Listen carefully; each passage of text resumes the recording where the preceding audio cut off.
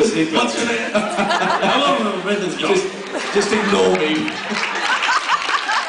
If I start peeing myself, please tell me. What would you say the name was? I did hiccup. And I didn't even know this. Fucking hell.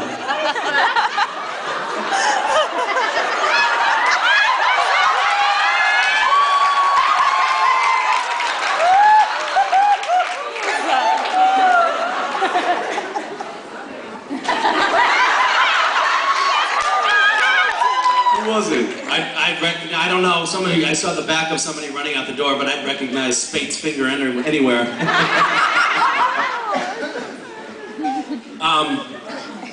No, actually, to answer your question, there's actually fairly strict union rules, and you're not.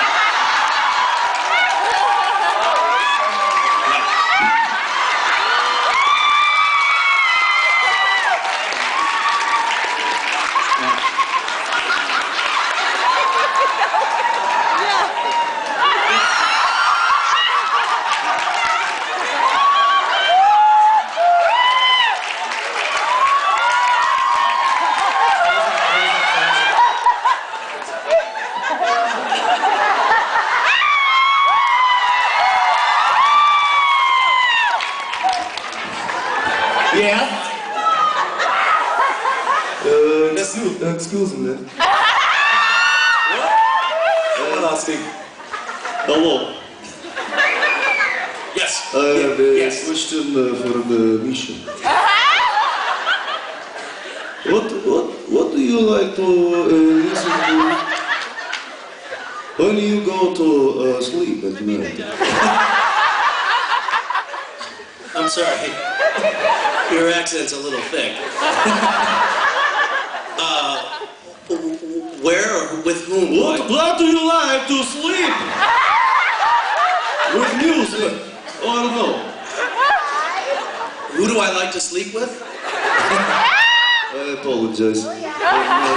What? When sleep? Yeah. He's from St. Petersburg, I think. What? Hello? Let's start over, eh? What? Oh, shit. No.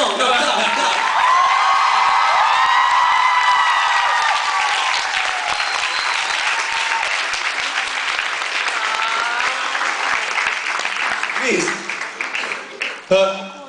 Hello. Yeah. I don't know who that guy was. What an idiot. Hi. How's it going so far? Are you guys enjoying the panel? Yeah! We're enjoying the panel. Very much so. How are you standing up? I don't know. I hiccuped. That was actually, you just got the first laugh of the morning. Yeah. It's been dead quiet until you got here. It's actually been Apart from when you started talking about Obama. Right? and the crowd lit up. I actually hiccuped without realizing I did. Really? I did, right? Did I? Yes. I think I did. Yes, you did. Well, you guys, you could retire. I think I could take it from here if you really, unless I can. No, we're not going to leave. No. No, well, good. We're staying for the whole day. That's fantastic. Let's stay. Which is, yes. Oh, this is way better now. We should just have a martini bar here next year. We should. We should serve out drinks. Anybody want a glass of water? Oh, that's a lot of. Okay, there's one. So, Sebastian. Yes, Jensen. Son of a bitch! Now you gotta do me now.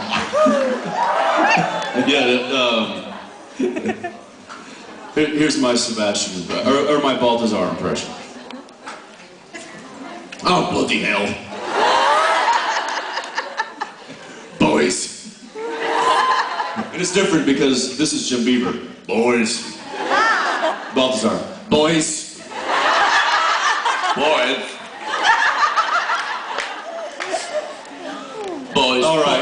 Misha Collins, ladies and gentlemen. Well, you're done. And of course, Sebastian.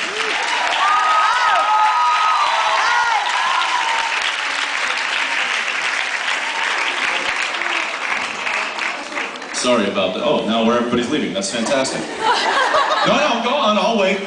That's fine. Oh, you're lining up. Okay.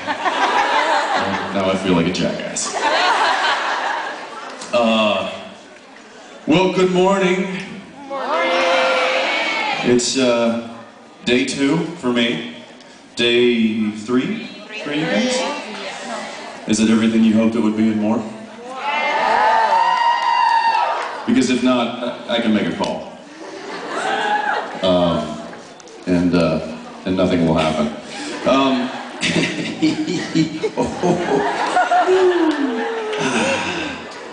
Now, what would you all like for Christmas? You.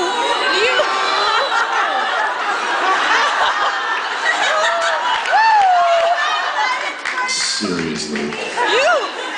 I'm still digesting breakfast. Misha, really?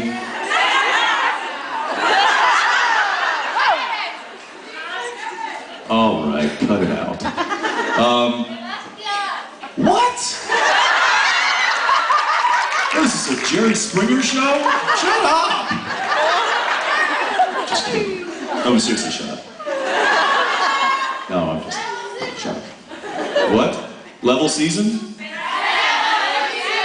Season 7? We don't know yet. No, I'm serious, we don't know. They haven't told us anything yet, and if you guys could make a call, the CW network, I'll get the number, don't worry about it though.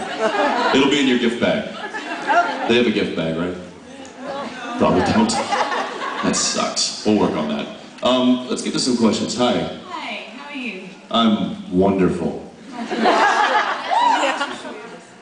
I was just wondering, I had a rumor that you might be possibly appearing on Leverage at some point. I wondered if it was true. On Leverage? Yeah.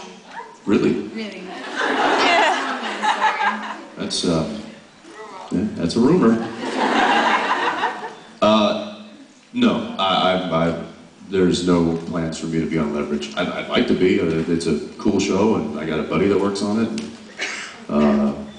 It's in Portland. We have anybody from Portland? Anybody who's been to Portland? Yeah? Cool city, right? Yeah, I like it. So, you know, it'd be fun. But no, there's no plans for me to be on the show. Thank you. You're welcome. She's like, oh, well then great. Screw you. Hi. Hi. I was just wondering, because you died like a gazillion times on Supernatural, so if you could, you know, come up with your way to die, you know, how would you want to die if you could? How would I want to die? Like Dean, like on Or the how would show. Dean want to die? I think Dean would want to die in a pile of women.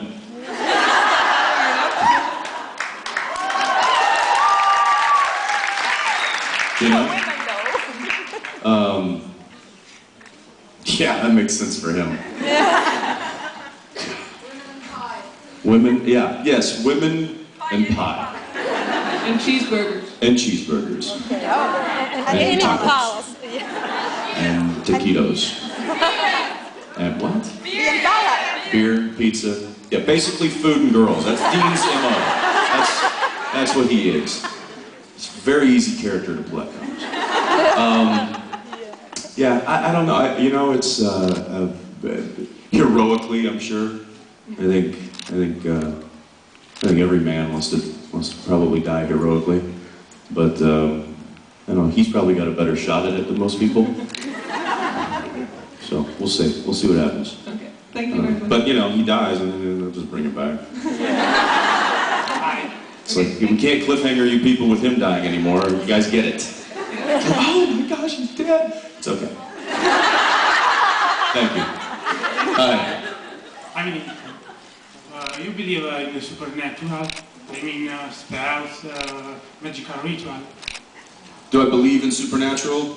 Magic. In magic? And well, I'll tell you, I have a friend of mine, a very close friend of mine. His name's John Dorenbos, and he is a professional magician. And that guy will make you question how things work in this world with the way he does magic. It's just amazing. And I'm not talking like, you know, witchery. I mean like card tricks. But he's so good that I've actually seen him make people walk away and be like, no, you're evil. You've sold your soul. That's not right. There's something wrong with you. And the funniest part about it is that's his side gig. He's actually a professional football player. He plays for the Philadelphia Eagles. Anyway, magic maybe they get him. As far as supernatural goes, I don't know. You know, when I first started the show, I was, yeah, I'm more of a realist. I figure if something goes bump in the night, it's probably the wind. It's probably not, or somebody sneaking in which case I will shoot them. I don't know, as, you know, as I've gotten older and as I've been on the show, maybe it's started to seep into my brain, and I guess maybe now I question it a little bit more, but here's the great thing is, I know what to do. Because I've been playing a guy who kills these things for 6 years. It's like the famous saying, I'm not a doctor, but I play one on TV. So, there you go. Wow, Jared's not here, is he? Really, Misha? Just kidding. Thank you for your question. Yeah, hi. Hi, Jensen. I'm Domenica from Italy. And I was wondering, we saw Dean, for the first part of season 6, we saw Dean struggling to make things work with Lisa. And then had to come back to his usual work, protecting Sam. I was just wondering, what do you think about it? If he can make, maybe somehow, things work with another woman maybe, not Lisa, someone else, and have a normal family, because we know from a long time that he has this dream, you know, this secret dream, but he also wants to be with his brother and be an hunter. I'm gonna get us something to drink. Okay. Let's cliff note that real quick. So you're asking if you think Dean can live his hunter life and have a relationship as well? No, well, then you get up here and explain it. Yes, if he can make things work, or yes, to choose one road, and I don't know, what do you think about it? No, you know, I think we all can agree that Dean was never one that we would pick to be a monogamist. You know, he loved women, and he loved them all the time. Which is funny because we really haven't seen Dean get any action in a long time, have we? No. Have we? No. No. Sucks. But I don't think that Dean can sustain a relationship with outside of what he does. Just because it puts their lives in jeopardy, which obviously we've touched on in the show, and B, it would never be, it would subject Dean to being vulnerable. You know, he's vulnerable enough because of his ties to his brother. So if anything happens to his brother, I mean, that's his weak spot. But if he invests into another relationship, then it becomes another Achilles heel that he could, you know, that could get him in trouble. So I think the less strings attached, the better he is at what he does. Does that help? That was a fairly decent answer, right? Yeah. Thank you. I'm gonna have to write that one down. Use that one in an interview. Thank you. Hi. Hi. Since it's one of my issues with season 6, I was wondering if you can tell us if the brothers storyline will intertwine with the angel storyline, because now the mother of all storyline seems very detached from the angel storyline. Yeah, there has been a detachment from the Winchester storyline than the angels and demons storyline, right? Yeah. without, if you can't give spoilers, it's okay. But well, I will say that I won't give anything away. But I will say that yes, the storylines have kind of diverted from each other a bit. But I think that happens in a lot of the seasons. You know, we'll go down certain paths with certain characters, and then at the end of the season, it all kind of comes back together. Okay. So you can probably expect that to happen. I just wanted to be reassured of that. I don't need the details. It's okay. It's okay. I'll work with Misha again.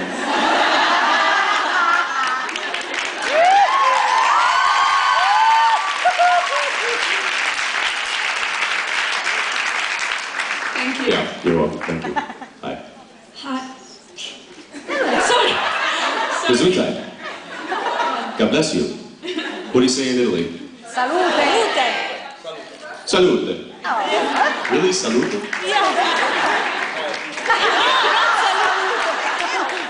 No, saluto. Saluto. Salute.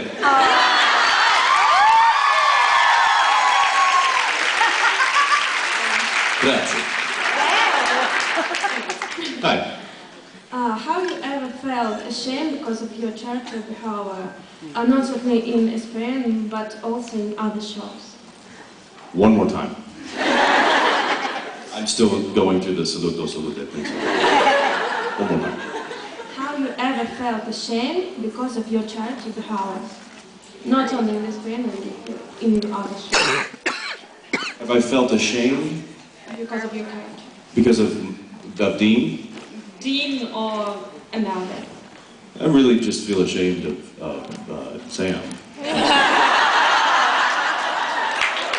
You know, it's like, cut the hair, dude. You're a hunter. It's just getting in the way. You know, you don't see military guys walking around with Justin Bieber hair, do you? I can say this because he's not here today. Sucker. No, no. Me personally, I'm not ashamed of anything that they do. I think it's perfect. Yeah. Because, well, no, because it's make believe. It's fiction. It's we're telling a story. We're having fun. It is what it is. It's fun. I enjoy it. Again, I'm really just ashamed of Sam. It's pitiful. It's a disgrace to hunters all over the world. Cut the hair, dude. Seriously. And stop wearing boots with 2-inch heels. You're 6'9" for crying out loud. All right, I'll stop. Thank you. Thank you. Yeah. I didn't even answer a question. Hi. Hi. In the unlikely event that season 7 doesn't happen, as an actor, do you now start preparing to find other jobs, other roles, or do you until you know? Because season 7 isn't picked up yet, am I preparing myself for it not being or other things? No. No. Well, I will say that I think once the show is, when the show does end, and I don't think that it is ending now. I think when it does end, I'll probably be like, I need 6 months. Just because I mean we've been going nonstop for 6 years. It's a long time, and I would just like, and the 3 months of hiatus is, that's, I don't know, it's just not enough time. I'd like to take a little time off, and then kind of cool my jets and kick up my heels a little bit, and but then it'll be a matter of like reading material, reading scripts, starting to go on meetings and things like that. And if a project comes along that I really like and the producers feel that I'm right for it, then we might have a new gig. What's that? Television or movies? Television or film. Most people. It used to be kind of the school of thought that television was second rate to movies, and I mean I guess in a sense maybe it is. I mean you think about A-list actors and they're all predominantly film actors and they make tons of money and that's great. But television has become a big force. You know, we have very big budgeted epic shows these days. And a lot of film actors are coming back to television to do really good roles. And so no, I would be content doing television for the next 6 years. You know, if it's a good show, a good role, you know. You know, it's two different mediums. It's rock and roll and blues. You know, both awesome. So yeah. Hi. Hey Jensen. I run a Facebook group called Supernatural Seriously Awesome, and we had Cliff as one of our friends, and he's recently I'm sorry. cut his Facebook group, but we were using him as a source of information about what's real and what isn't on the internet. So I was just wondering if you could confirm for everybody again what you have and what you don't have on the internet and what Jared has, because people seem to need to get... Social network-wise? Yeah. We are still not on any social network. Jared or I. We don't have Twitter, we don't have Facebook, MySpace, none of it. Yeah. Do you know which one of Cliff's are real? I have no idea, because I'm not on it. So, I mean, I know that he does have one, but I can't verify it. Okay, thank you for that. I would be, but, you know, listen, I will say that, you know, be cautious about, you know, maybe it's fake, and there's a lot of, and it sucks that that's there are people out there a reality, but impersonating Cliff at the moment, so we didn't know. I'm honestly tempted, and I'm not doing it, I'm not saying, but I'm honestly tempted to just get one, just to say that this is the official one, but then not doing anything with it. Yeah. You know, but then that way people will know that, oh no, this is the official one. He never says anything. But this is the official, you know, and it would shut people up. It would shut a lot of people up. So I don't know. Maybe I'll do it. If I do, I'll let you all know. Yeah. Thank you. Sorry, I have... What's that? Give it a try, please. Give it a try? Why? I'm not going to say anything. It doesn't matter. It doesn't matter. Oh, because then. Okay. Yeah. Well, I will start. I will start thinking about that, and maybe you know, maybe we'll do something like that this year. I'll let you know though. One more question. Yes. I'm sorry. Question. That was just a public service. Oh, of course it was. Okay. Take all the time you need. Last time you came to Rome, you went. We know you did a bit of sightseeing, so we saw some photos of you taking pictures. I just wondered, you know, what were your highlights, and what would you like to go and visit this time around? Well, Daniela was very gracious to grab a tour guide for a few of us last year, and we went around and we did the Colosseum, we did the Forum, we did the Pantheon, we did the Trevi Fountain. You know, we did all of, well, not all of, but we did a lot of hit a lot of the highlights in a day, and that was with the tour guide. But then this is a really cool story. I don't know, no, I think it was after the fact.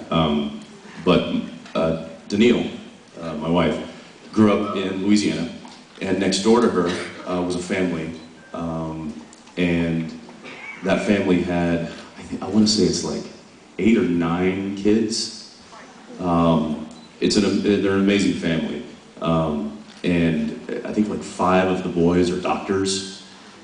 And one of the daughters, Anne, who's Danielle's age, is actually a consecrated nun at the Vatican.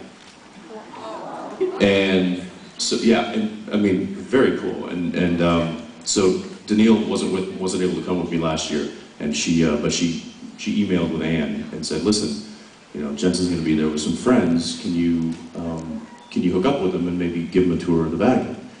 Well, she did a lot better than that. We met Anne on the steps of the Basilica at like 7 a.m. and with her was a priest and a Vatican scholar. And we went into the Basilica and went to the very back and had a private mass held for us. Underneath, get this, underneath the painting, the big giant painting of the Archangel Michael slaying Satan.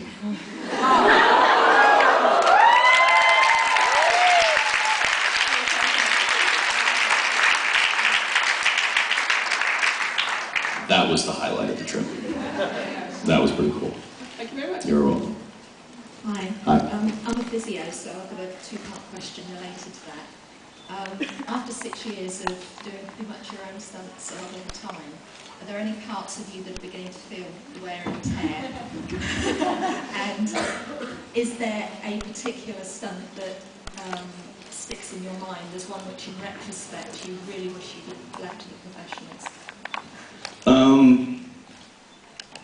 No, I don't think there's any stuff that I wish I hadn't done.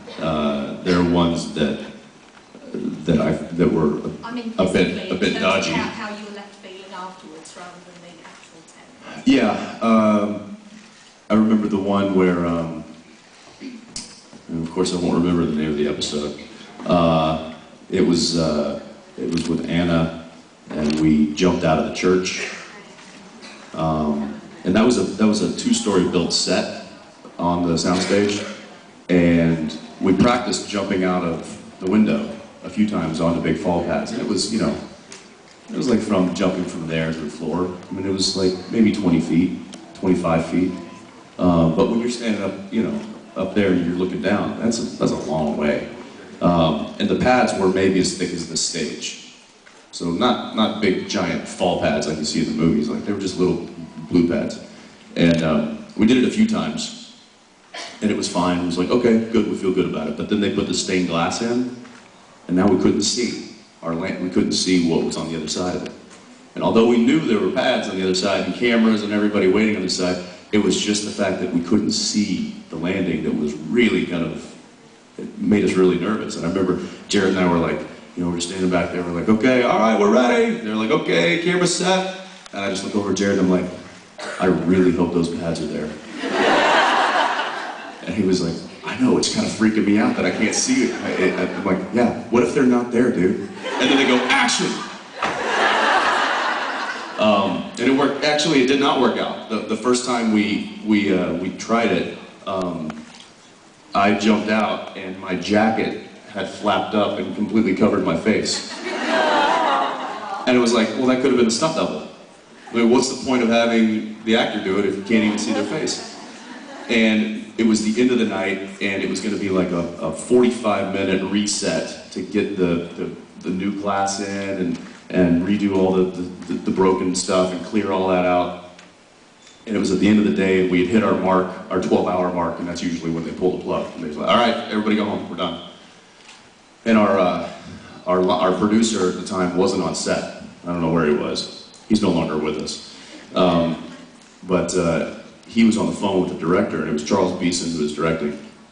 And, you know, Charles's hands were tied. He's like, I don't have time to go again. I can't. He's saying that I can't go again, the producer. And I was so mad, I told the guys, I was like, get him on the phone. And I grabbed the phone, I'm like, we're doing this again. I don't care what it takes, we're doing this again. Because if you send this tape down to Los Angeles and they see this, they're going to be twice as mad as me. So extend our time, give us the time to do it, we're going to make it happen, we're going to get it right. And then I hung up on him and threw the phone. And then we did it again, they let us do it again, and we did it, we got it right, and it was good. So, yeah.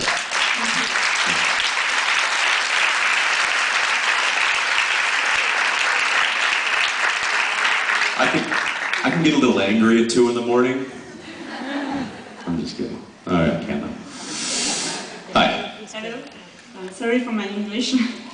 So, if you had the opportunity to work on another project with Jared, what would like it be? If I had an opportunity to work on something different than Supernatural with Jared, yes. What would it be? What was that? Comedy show.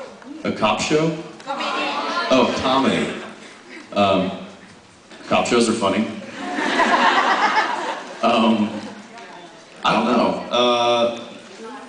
You know, it's he and I always talk about how we liken the characters to kind of like a Butch Cassidy and Sundance, and that'd be a fun movie to redo.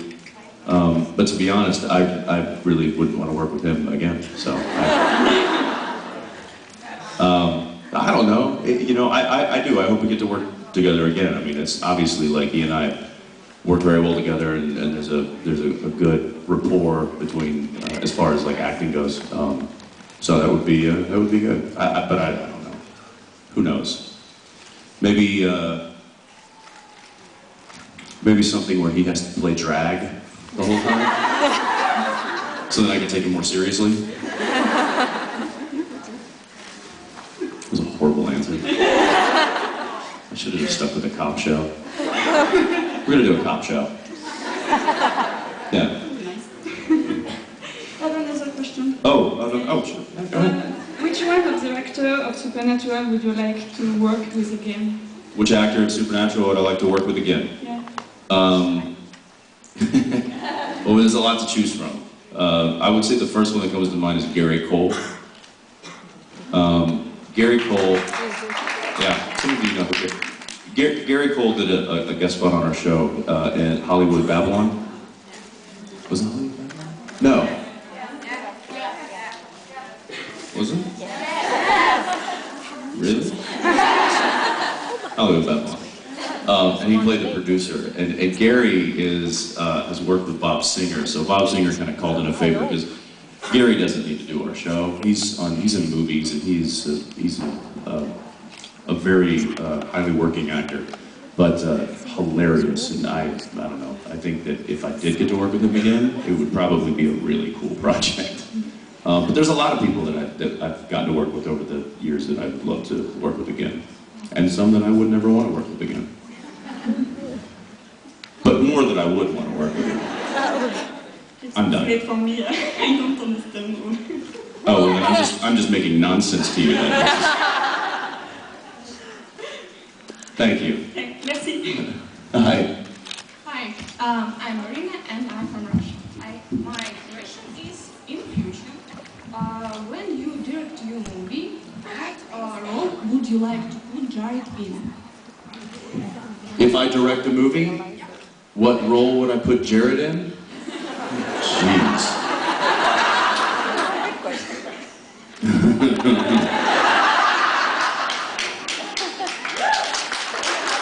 I didn't say anything. It's like the slow clap in like a bad teenage movie. Don't start that. What was the movie with Robert De Niro and Robin Williams? Awakenings, I think it was, where Robert De Niro is basically in like a coma for the entire movie.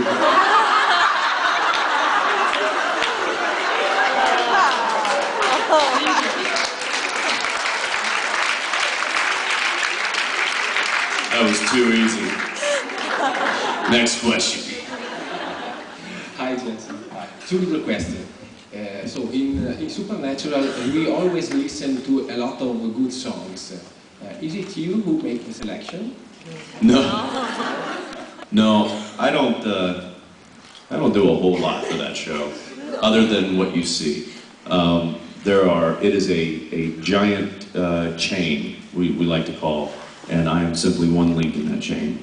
And I wish that more actors would think like that.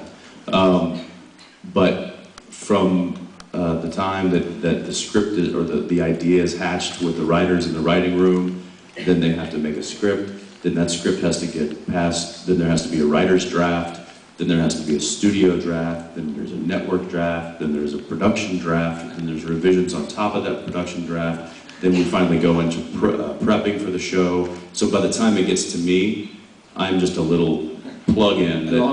Right, and then after I'm done, then it goes to post-production, and that's where the music is chosen. And most of the music that you hear is done by our post-production team, led by Phil Segricha, who's a huge music fanatic. He also directs some of the episodes as well. But Phil's one of those guys that will travel across the planet to go to a music festival. I think the last one he went to was in Reykjavik. So, do we have anybody from Iceland here? No? Didn't think so.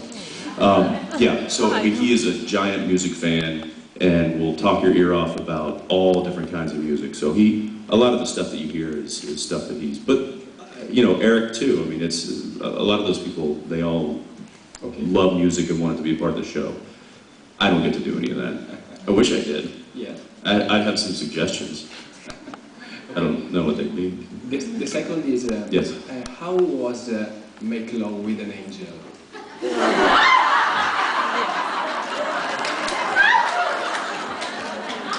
earth-shattering. It was like heaven. It was angelic. There's too many, that's too easy. Well, Dean might have a different answer, but I will say from a reality standpoint, love scenes and kissing scenes, and sex scenes, all of that stuff is always very awkward when you're doing it on camera, because you have to get into a certain position. My shoulder can't go this low because I'm blocking her face, so I have to move that back here, so you know, the camera's right here. You've got like a sweaty guy with a boom like hanging over you.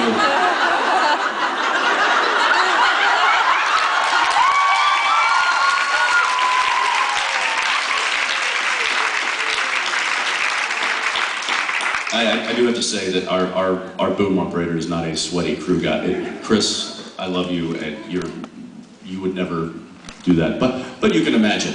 Yes. There's crew guys all around, and so it's a very awkward situation, and I always try to make sure that the girl is as comfortable and as covered up as possible, because I mean she's even more in a more vulnerable kind of situation. And especially somebody like a guest star who doesn't know these faces. Like, I know all these guys. So anyway, that's what it was like making love to an angel. Thank you. Not very exciting, was it? Thanks. Bye.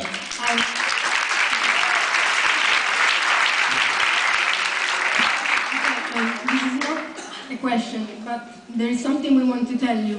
Actually, she wrote this, but she can't handle the pressure. And she can't handle the pressure.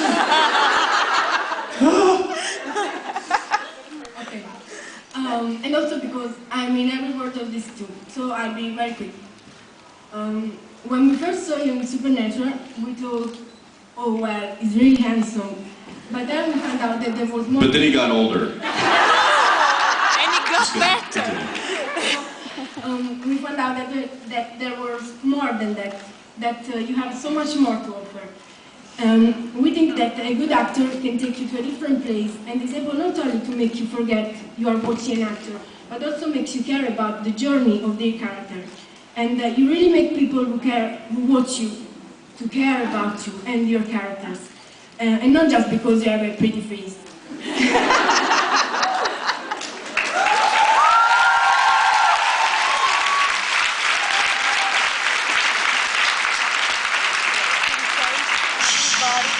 She's not done. Continue. You handle both tragedy and comedy with equal ability, and your face and eyes speaks 1,000 words, even when you are saying not in a role. So when Supernatural will end, don't think about it as a conclusion, but it's a stepping stone which will lead you towards a bright future, because you are Oscar material.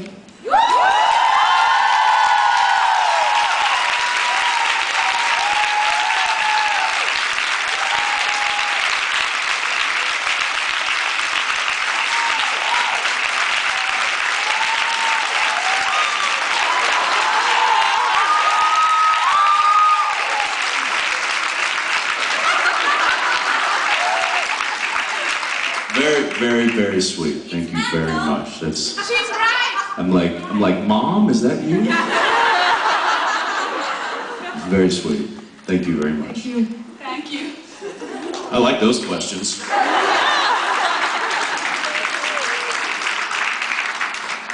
Hi, top that.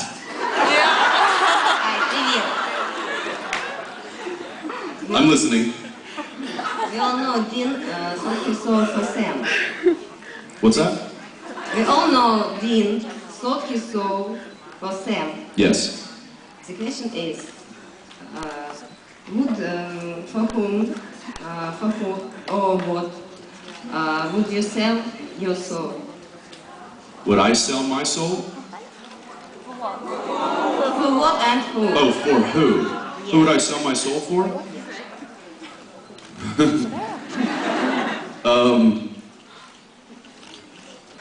Well, I don't think you can sell your soul. And if you could, I think there'd be a lot of soulless people in the world, and that would be very unfortunate. But if there were an opportunity to trade my soul for the life of somebody else, I mean, I'd have to say my wife.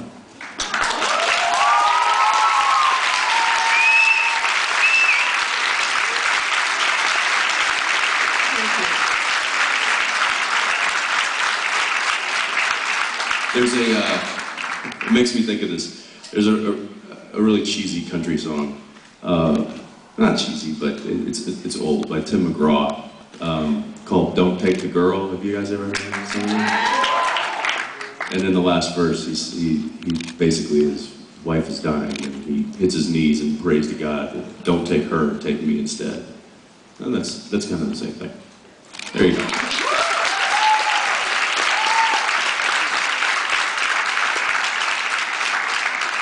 Oh, that was super cheesy. Dripping with cheddar. Hi. Hi.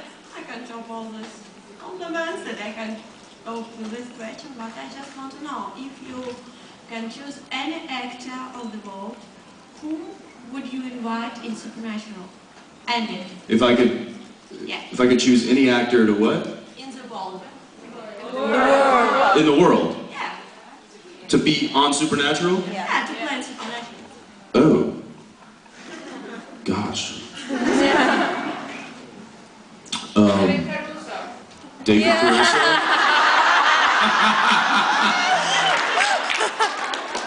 Yeah. Yeah, that'd be fun just to sit back and watch the hits keep coming. What? Yeah, why don't you tell me what kind of actors do you guys want? Because that's what's happening now. No, I don't know. I think there's a lot of really, really good actors out there, and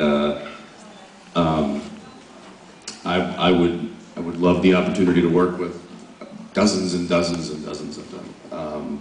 So I don't know. I mean, think about even the older guy, Sir Anthony Hopkins. You know, how cool would it be to work with him? And then then you think about the Johnny Depps, or you think about Sean Connery, Bond. How cool would that be?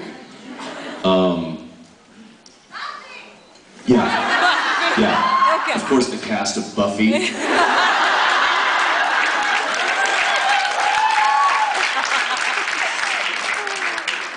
I mean, what actor in their right mind wouldn't give their left arm to be in a scene with Sarah Michelle Gellar?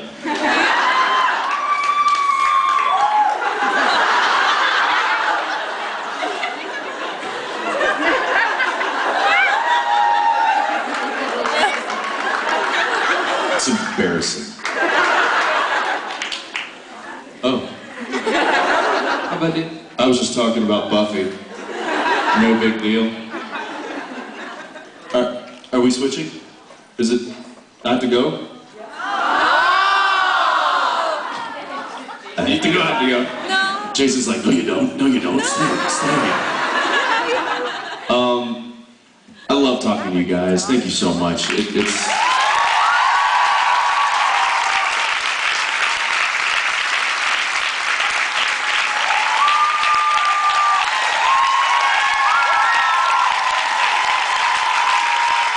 I'll see you all later.